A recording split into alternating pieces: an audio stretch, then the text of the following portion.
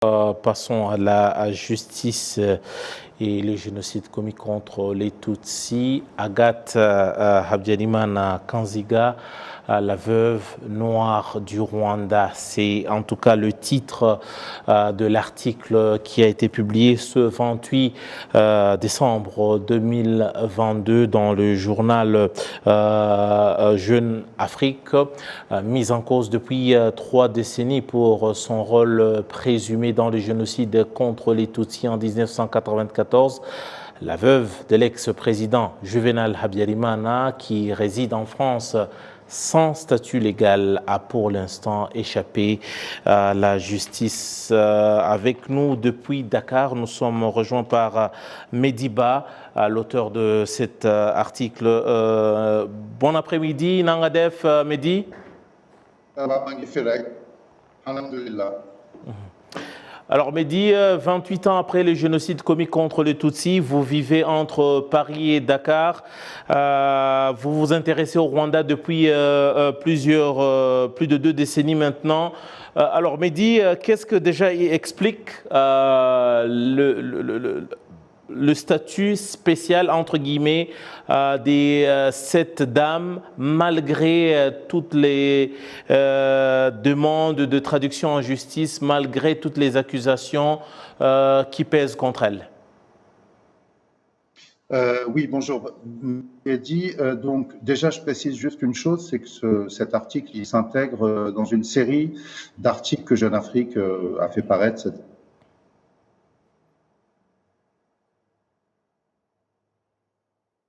il y a le Tchad, il y a la Côte d'Ivoire, il y a le Rwanda. Et il y a la République démocratique du Congo. Je suis chargé donc de faire un état des lieux sur où est-ce qu'on en est avec Agathe Kanziga Habyarimana. Et effectivement, elle est dans une zone grise très étonnante, très inédite. C'est-à-dire qu'elle est réfugiée en France quasiment depuis l'époque où elle a quitté le Rwanda le 9 avril 94, où elle est d'abord passée par plusieurs pays en Afrique centrale, puis elle est revenue en France et elle vit dans la banlieue parisienne, dans l'Essonne, depuis déjà beaucoup d'années, puisque je crois qu'elle est revenue s'y installer en 98. Et le problème, c'est qu'elle est donc 10 ans plus tard, elle a fait l'objet d'une plainte du collectif des parties civiles contre civil pour le Rwanda, le CPCR, d'Afroza et Alain Gauthier. Une instruction est en cours. Habyarimana n'a jamais été extradable au nom vers le Rwanda qu'il a réclamé pour la juger, au nom d'une jurisprudence ancienne en France qui n'a jamais été démentie, qui est une jurisprudence de la Cour de cassation, qui prétexte que le génocide a été inscrit dans le code pénal rwandais après les faits, donc entre 1996 et 2004, et qu'à ce titre, la France se refuse à extrader vers le Rwanda des auteurs du génocide. Ça, c'est une jurisprudence qui n'a jamais varié depuis la fin des années 90, dont chacun est libre de penser ce qu'il veut, qui pose problème et qui fait que donc elle ne peut être jugée au fond qu'en France. Voilà. Maintenant, le problème, l'instruction judiciaire vient d'être close après des années et on peut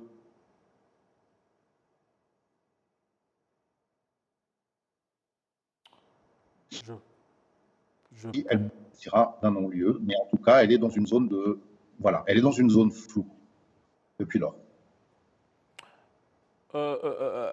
Mehdi, dans cette série d'articles, vous mettez effectivement en exergue le pouvoir que celle-ci portait à l'époque où son mari était à la tête du Rwanda. Pourtant, elle, qui n'avait jamais occupé un poste officiel, déjà, son pouvoir, comment mesurer le pouvoir qu'elle a eu et l'influence dans le génocide des Tutsis? C'est toute la difficulté concernant Agathe Habyarimana, c'est-à-dire que moi, depuis 1994, où j'ai commencé à m'intéresser au sujet, aux questions des différentes responsabilités, qu'elles soient rwandaises, internationales ou françaises dans le génocide, on a bien sûr beaucoup d'éléments Et je cite dans cet article des documents qui datent de l'époque, qui datent, les filles du docteur Akin Guénéé étaient à la résidence présidentielle le matin à l'aube du 7 avril 1994. Et elle cite des propos de Agathe Habyarimana, et puis elle a elle a ses belles-sœurs qui sont là, et on sent bien qu'on a affaire à des gens qui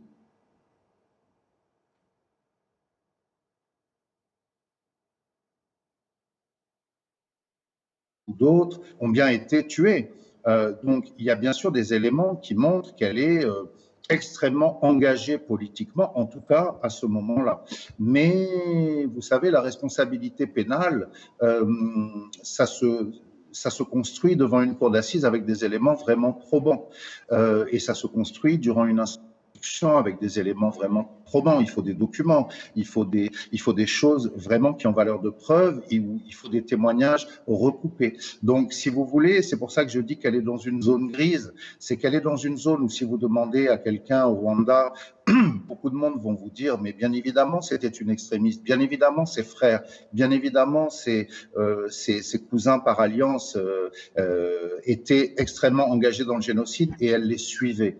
Mais de là à démontrer qu'on peut lui imputer une responsabilité pénale dans le génocide, pas forcément comme auteur, mais comme complice, là, c'est beaucoup plus difficile, et a fortiori, c'est difficile devant une juridiction française qui voit les choses de beaucoup plus loin que le ferait une juridiction rwandaise. Donc, du coup, c'est ce qui explique cette situation très particulière d'Agathe Habyarimana depuis presque 30 ans, hein, c'est-à-dire qu'elle est...